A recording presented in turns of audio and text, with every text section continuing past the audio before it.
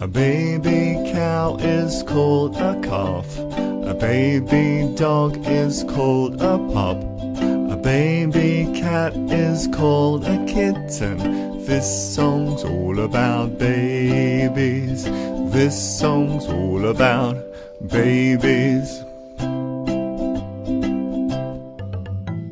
A baby horse is called a foal. A baby bear is called a cub. A baby duck is called a duckling. This song's all about babies. This song's all about babies. A baby deer is called a fawn. A baby sheep is called a lamb. A baby pig is called a piglet. This song's all about babies. This song's all about babies.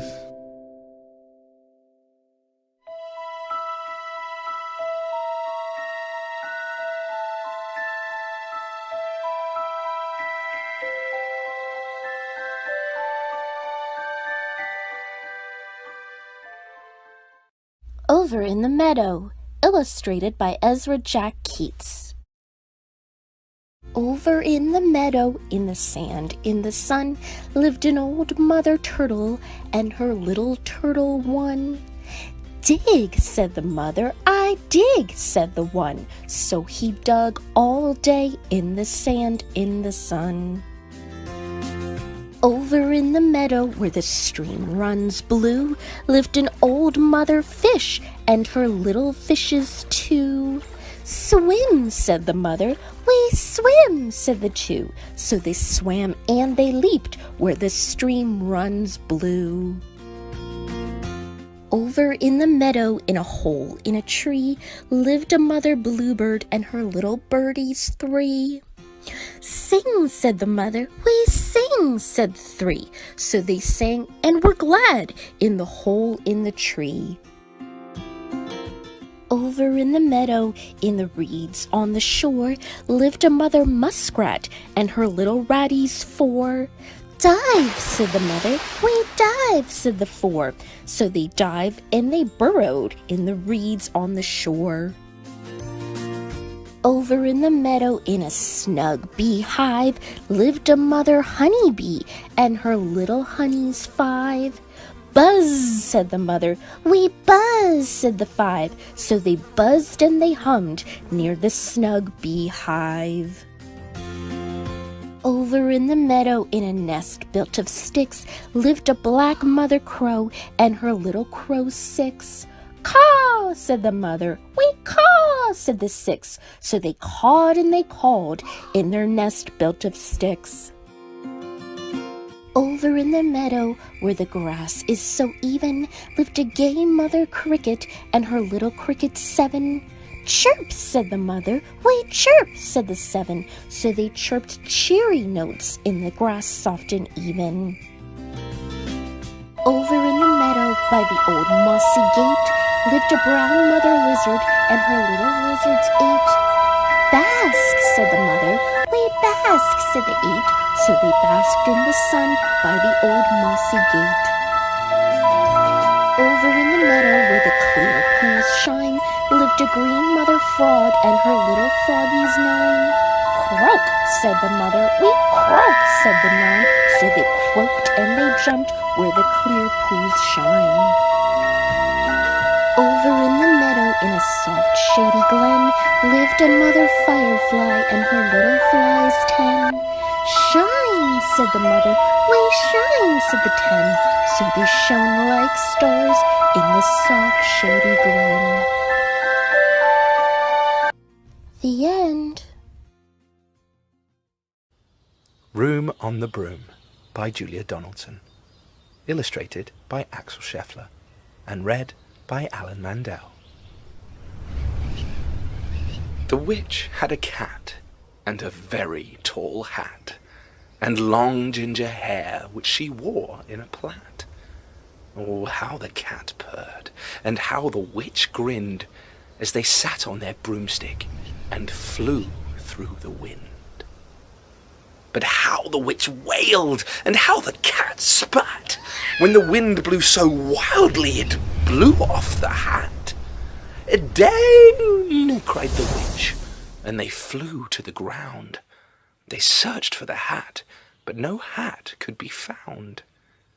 Then out of the bushes, on thundering paws, there bounded a dog with the hat in his jaws.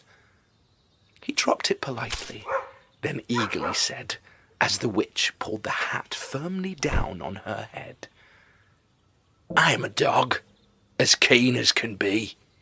Is there room on the brum for a dog like me?" "Oh, yes!" cried the witch, and the dog clambered on. The witch tapped the broomstick, and whoosh, they were gone. Over the fields and the forests they flew. The dog wagged his tail, and the stormy wind blew. The witch laughed aloud and held on to her hat, but away blew the bow from her long ginger plait. "Down!" cried the witch, and they flew to the ground. They searched for the bow, but no bow could be found. Then out from a tree, with an ear-splitting shriek, there flapped a green bird with the bow in her beak. She dropped it politely and bent her head low, then said, as the witch tied her plait in a bow, "I'm a bird as green as can be. Is there room on the brum for a bird like me?" "Oh, yes!" cried the witch. So the bird fluttered on. The witch tapped the broomstick, and whoosh, they were gone. Over the reeds and the rivers they flew. The bird shrieked with glee, and the stormy wind blew. They shot through the sky to the back of beyond. The witch clutched her bow, but let go of her wand.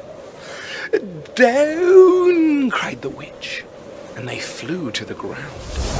They searched for the wand, but no wand could be found. Then all of a sudden, from out of a pond, leapt a dripping wet frog with a dripping wet wand. He dropped it politely, then said with a croak, as the witch tried the wand on a fold of her cloak,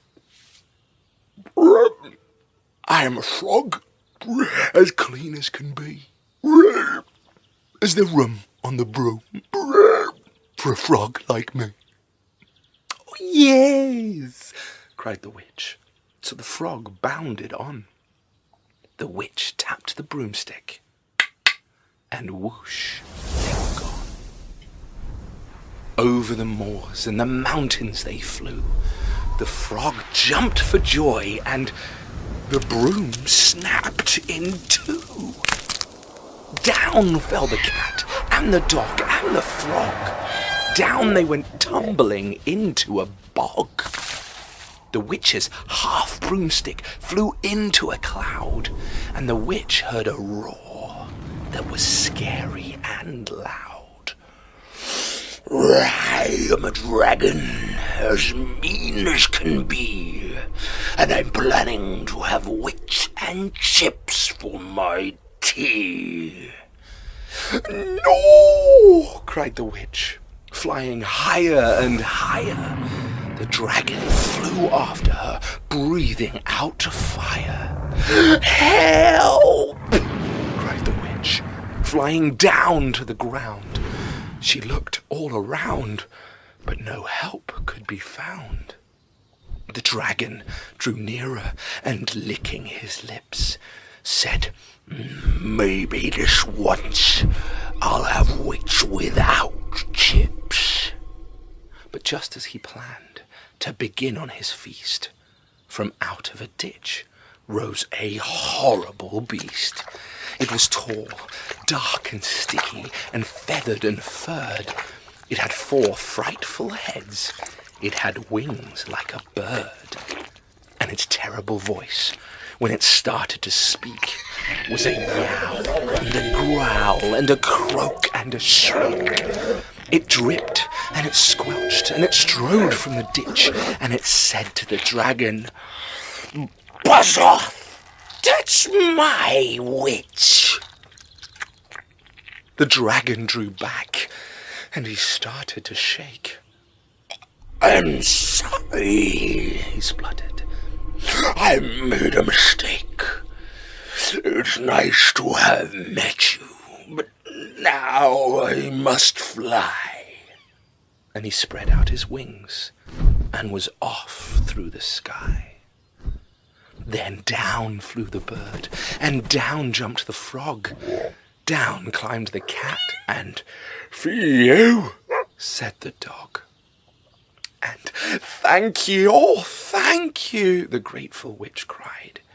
"Without you, I'd be in that dragon's inside." Then she filled up her cauldron and said with a grin, "Find something, everyone. Throw something in." So the frog found a lily, the cat found a cone, the bird found a twig, and the dog found a bone. They threw them all in, and the witch stirred them well. And while she was stirring, she muttered a spell. "Iggity, ziggity, ziggity, zoo!" Then out rose a truly magnificent broom, with seats for the witch and the cat and the dog, a nest for the bird, and a shower for the frog. "Oh, yes!" cried the witch.